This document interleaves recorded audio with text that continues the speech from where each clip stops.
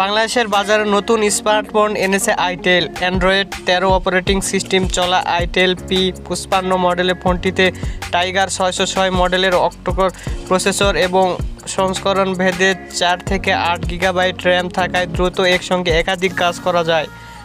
গত এক সংবাদ বিজ্ঞপ্তিতে এ তথ্য জানিয়েছে আইটেল বাংলাদেশ।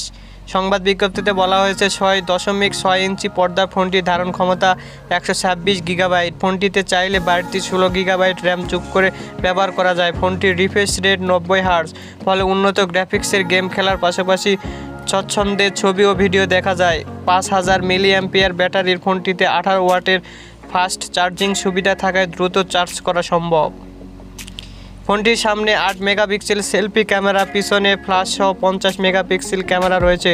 এর ফলে কম আলোতেও ভালো মানের ছবি তোলা যায়।